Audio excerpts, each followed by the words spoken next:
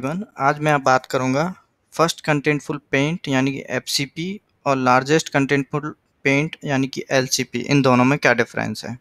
तो अब तक हमने कई वीडियो बनाए हैं कोर वेब वाइटल्स के ऊपर, जैसे कि कोर वेब वाइटल्स में ये तीनों चीज़ें होती क्या हैं, और फील्ड डेटा, लैब डेटा क्या होता है, ओरिजिन डेटा क्या होता है। आज हम बात करेंगे एफसीपी और एलसीपी में क्या डिफरेंस है। तो इसकी सिंपल डेफिनेशन आप यहाँ देख सकते हैं। तो first contentful paint marks the time at which the first text or image is painted.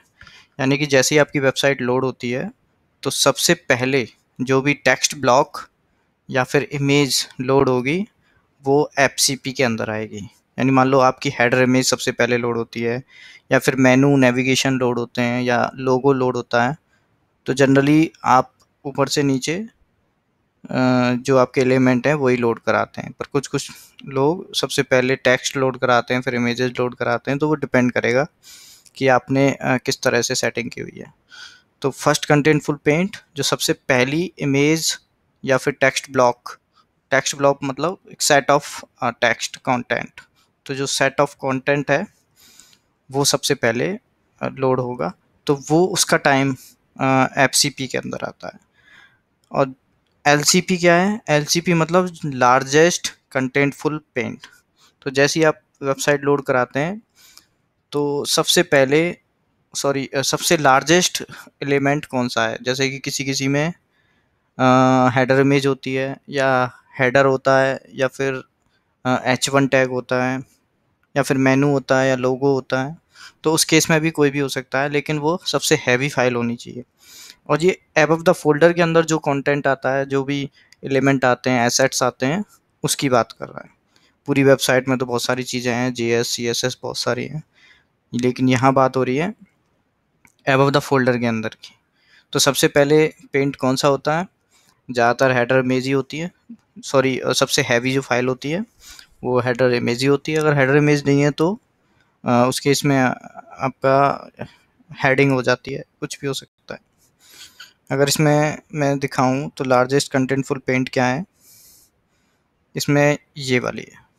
तो इस साइट के अंदर बहुत सारी चीज़ें हैं, तो इसलिए इसमें आपको हेडर फुटर या टेक्स्ट वेक्स्ट इस तरह से कुछ आइडिया लगेगा नहीं। लेकिन आप यहाँ जाके, आप नीचे जाके ये चीज़ चेक कर सकते हैं। आपको पेज इनसाइट टूल के अंदर अपनी साइट डालनी है और यहाँ जाके आपको चेक करना है। यहाँ पे कहीं ना कहीं आपको लिखा मिल जाएगा एलसीपी। तो यहाँ पे एलसीपी आप पता कर सकते हैं कि एलसीपी है क्या।